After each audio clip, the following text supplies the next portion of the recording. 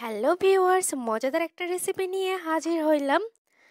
আজকে দেখাবো আলুর শাক ঘন্ট। তো মজাদার এই রেসিপিটা গরম ভাতের সাথে জাস্ট আমার তো খুবই ভালো লাগে। আলুর শাক বড়ি দিয়ে ঘন্ট। তো নিরামিষে এই রান্নাটা খুবই ভালো লাগে, অবশ্যই আপনারা বাসায় ট্রাই করবেন। একদম তরতাজা নিয়েছি আলুর শাক, একদম দেখতে পাচ্ছেন অনেক সুন্দর। আলুর শাকগুলোকে আমি ভালোভাবে এখন পরিষ্কার করে নিব। শুধু পাতাগুলো নিয়েছি, দিয়ে ভালোভাবে ডাঁটিগুলো ফেলে দিয়ে ধুয়ে নিয়েছি এখানে। এখন এগুলো ঝুরি করে নিব। আর এখানে নিয়েছি কুমড়ো বড়ি, এই বড়ি দিয়ে রান্না হবে। আর এখানে নিয়েছি আলু, সিম আর বেগুন ঝুরি করে। তো ফ্রাই প্যানে একটু অল্প পরিমাণ তেল দিয়ে বড়িগুলোকে ভেঙে ভেঙে ভেজে নিব। লাল লাল করে বড়িগুলোকে ভেজে নিব, এতে করে আলাদা একটা ফ্লেভার ছড়িয়ে আসবে আর খেতেও ভালো লাগবে।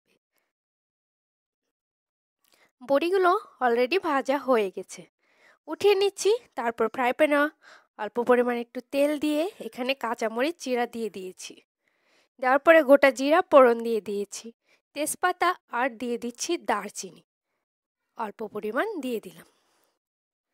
দিয়ে তেলে ফ্লেভারটা ছড়িয়ে পড়লে এখানে দিয়ে দিব প্রথমেই আলু, বেগুন আর সিম যেটা কুচিয়ে রেখেছিলাম সেটা দিয়ে দিব।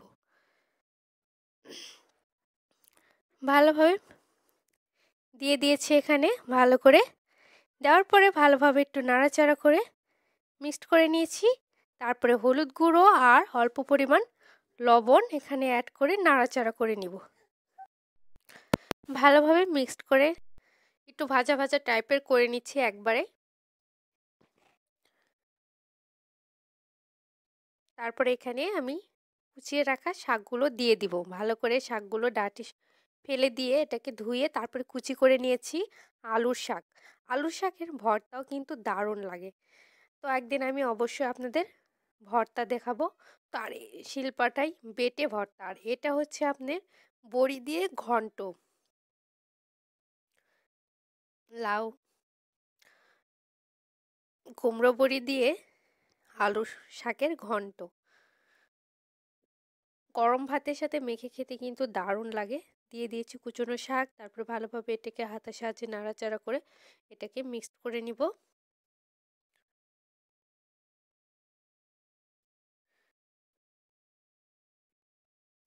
হাতের সাহায্যে ভালোভাবে মিক্স করে অল্প পরিমাণে একটু জল অ্যাড করে এটাকে ঢেকে দিব কিছুক্ষণের জন্য, যাতে ভালো করে সবগুলো উপকরণই সিদ্ধ হয়ে যায়। এখন এটাকে ঢেকে দিব মিক্সড করার পরে। তো নতুন ইউজারদের জন্য অনেক অনেক ভালোবাসা ও অভিনন্দন, পুরাতন বন্ধুদের জন্য অনেক অনেক ভালোবাসা ও অভিনন্দন। সবাই আমার পাশে থাকবেন, আমিও তাদের পাশে থাকবো। ভালোবাসা দিবেন, ভালোবাসা পাবেন। তো ঢাকনা উঠিয়ে এখানে একটু নাড়াচাড়া করে আদা জিরা পেস্টটা দিয়ে দিয়েছি, দিয়ে ভালোভাবে মিক্সড করে ভালোভাবে কষিয়ে নিচ্ছি। একটু ঢাকনার সাহায্যে ঢেকে দিয়েছিলাম কিছুক্ষণের জন্য। বড়িটা দিয়ে দিয়েছি, দিয়ে একটু ঢেকে দিয়েছিলাম। তো ছড়িয়ে পড়েছে বড়িগুলো। দেওয়ার পরে ভালোভাবে একটু নাড়াচাড়া করেছি। আগে থেকে ভেজে রেখেছিলাম সেই বড়িগুলো দিয়ে দিয়েছি, কিন্তু যদিও বড়ি দেখানোটা স্কিপ হয়ে গেছে। তারপরে বড়িটা দেওয়ার পরে আমি একটু ঢেকে দিয়েছিলাম যাতে করে বড়িগুলো ভালোভাবে সিদ্ধ হয়ে যায়। যদিও ভালো করে ভেজে ছোট ছোট করে ভালো করে ভেজে দিয়েছিলাম।